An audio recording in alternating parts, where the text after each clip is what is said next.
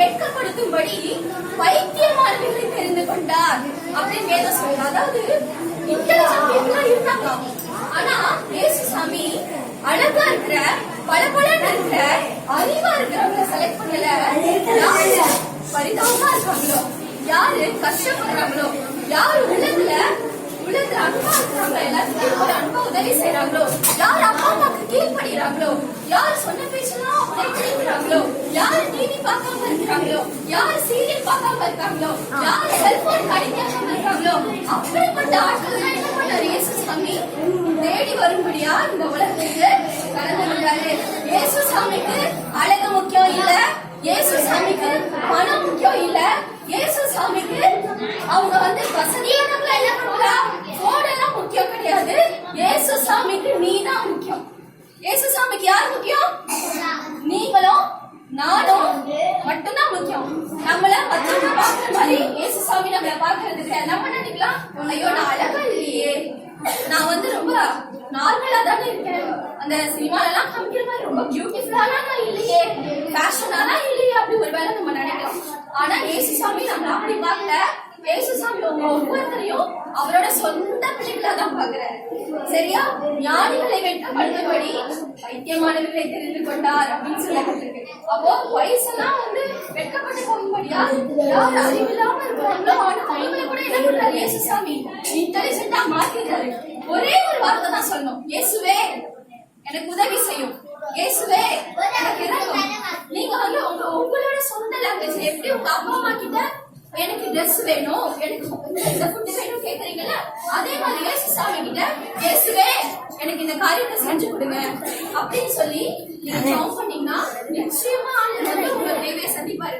Aunty school படிக்கும் போது எனக்கு மேத்ஸே வராது. நான் ஸ்கூல் படிக்கும் போது நான் செகண்ட் ஸ்டாண்டர்ட் வரைக்கும் எனக்கு மேத்ஸே வராது. மேத்ஸ்னாலே அப்போ எனக்கு இயேசுசாமி யாருன்னு எனக்கு தெரியாம இருந்துச்சு. அப்போ இப்ப சோனியா மேம் இருக்காங்கல்ல, அவங்கள மாதிரி எனக்கு அந்த ஸ்கூல்ல ஒரு மேம் இயேசுவை பத்தி சொன்னாங்க. உங்களை மாதிரி ஒரு ப்ரோக்ராம் நான் வந்திருக்கேன். அப்போ இயேசுவை பத்தி சொல்லி நீங்க இயேசுசாமிட்ட கேட்டு பாருங்க, அப்போ ஒருவேளை நீங்க நல்லா படிக்க வாய்ப்பு இருக்கு அப்படின்னு அவங்க சொல்லும்போது அவங்க சொன்னதை நான் அப்படியே எடுத்துக்கிட்டேன். என் மனசுல எடுத்துக்கிட்டு இயேசுவே நீங்க யாருன்னு எனக்கு தெரியாது, ஒருவேளை இவங்க சொன்ன மாதிரி நீங்க உண்மையான தெய்வமா இருந்தீங்கன்னா எனக்கு மேத்ஸே வரல, என்ன மக்கள் சொல்லி டீச்சர் திட்டுறாங்க, நான் மேத்ஸ்ல நல்ல மார்க் எடுக்க எனக்கு உதவி செய்யுங்க அப்படின்னு நான் சொல்லி ஜெபம் பண்ணேன்.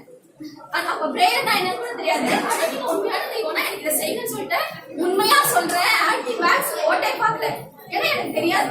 மேத்ஸ் அடிஷன் என்ன தெரியாது, சப்ட்ராக்ஷன் என்ன தெரியாது, மல்டிப்ளிகேஷன் என்ன தெரியாது, டிவிஷன் என்ன தெரியாது. ஆனா உண்மையா நடந்த சம்பவம் அந்த பேப்பர் கரெக்ஷன் பண்ணும்போது அன்னைக்கு நான் கிளாஸ்ல டாப் 3ல வந்துட்டேன். எனக்கு ஆச்சரியமாயிடுச்சு. நான் திரும்ப போய் மேம் கூப்பிட்டு சொல்றாங்க, திவ்யா நீ இன்னைக்கு அதிசயமா இவ்வளவு மார்க் எடுத்துட்ட அப்படின்னு சொல்லி கேக்குறாங்க. எனக்கு ஒரே ஆச்சரியமாயிடுச்சு.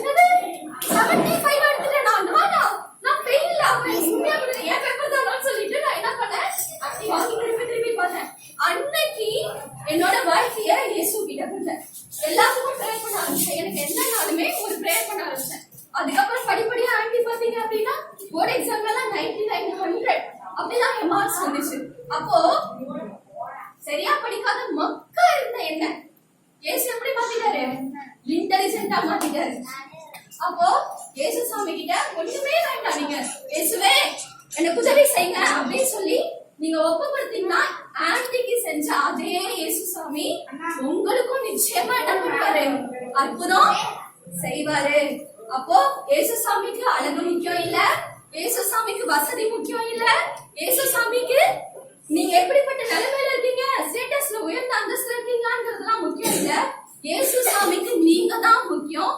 நீங்க உங்களை எப்படி இயேசுசாமிக்கு உண்மையா கொடுக்குறீங்க அப்படிங்கிறது மட்டும்தான் முக்கியம். இயேசுவே அப்படின்னு சொல்லி நீங்க ஒரு வார்த்தை சொல்லி நீங்க என்ன கேட்டாலும் வசனம் ஒண்ணு அழகா சொல்லப்பட்டிருக்கு, வானம் பூதலத்தோர் பூமியின் கீழானோர் யாவருடைய முழங்கால்களும் இயேசு என்ற நாமத்திற்கு முடங்கும் அப்படின்னு சொல்லியிருக்கு பைபிள். அப்போ இயேசுவே அப்படின்னு சொல்லி இயேசுசாமியோட நாமத்தை சொல்லி அவரோட பேரை சொல்லி நம்ம எந்த ஒரு ஜெபத்தை எடுத்தாலும் அந்த ஜெபம் கேட்கப்படும்.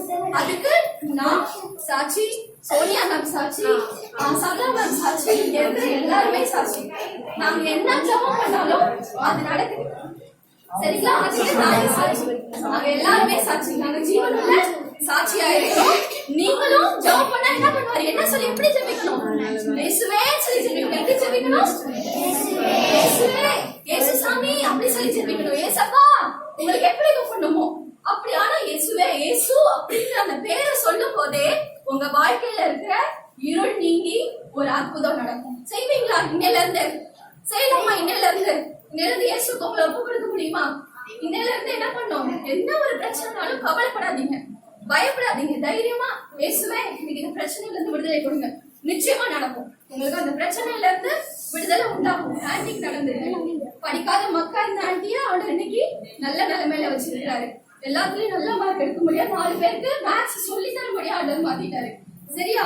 அப்ப உங்களுக்கும் அப்படிப்பட்ட ஞானத்தை கர்த்தர் நிச்சயமா தருவாரு. கேட்டா தருவாரு. ஒருவேளை நீங்க நினைக்கலாம், நான் இந்த இடத்துல இருக்கிறேன், இப்படிப்பட்ட ஒரு ஸ்கூல்ல படிச்சுக்கிட்டேன், இந்த ஒரு நிலைமையில இருக்கிறேன் அப்படின்னு நினைக்கலாம்.